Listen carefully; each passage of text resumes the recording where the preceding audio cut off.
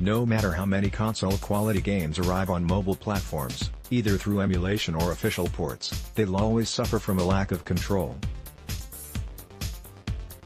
Making intuitive control schemes on touchscreens is hard, especially when dealing with emulating games. It makes sense then that inventive new control methods are indeed required for mobile gaming, especially with services like Google Stadia and Project X Cloud on the way.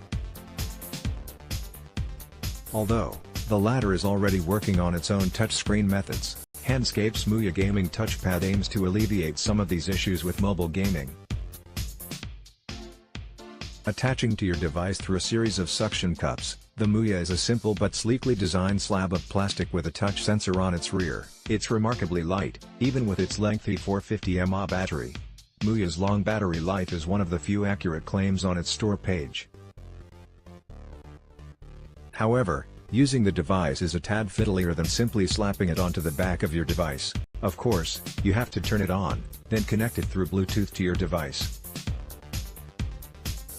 Then, through a series of Chinese web pages, you'll have to download the MUJA app. On Android, you'll have to enable the use of unknown applications to do this. Once you're inside, the MUJA app is simple to use despite its cumbersomeness. After allowing, or denying, a ton of permissions, it's as simple as adding a program and then running the program through the MUJA app.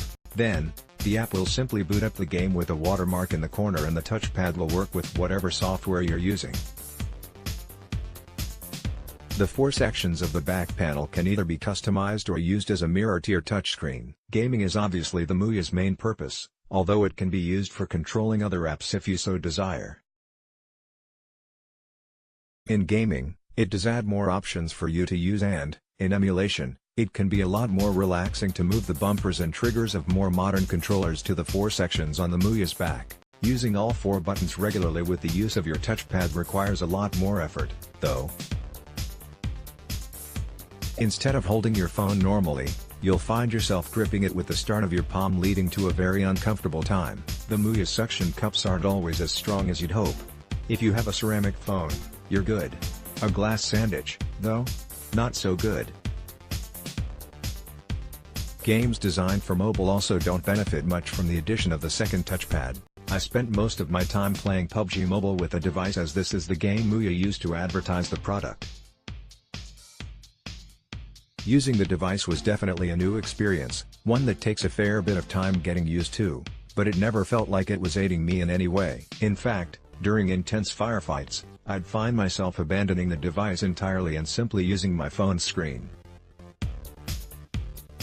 Outside of simple comfort issues, the MUJA is simply unsatisfying to use. Despite being advertised as powerful suction cups, the controller does have a tendency to slip and slide around the back of your phone.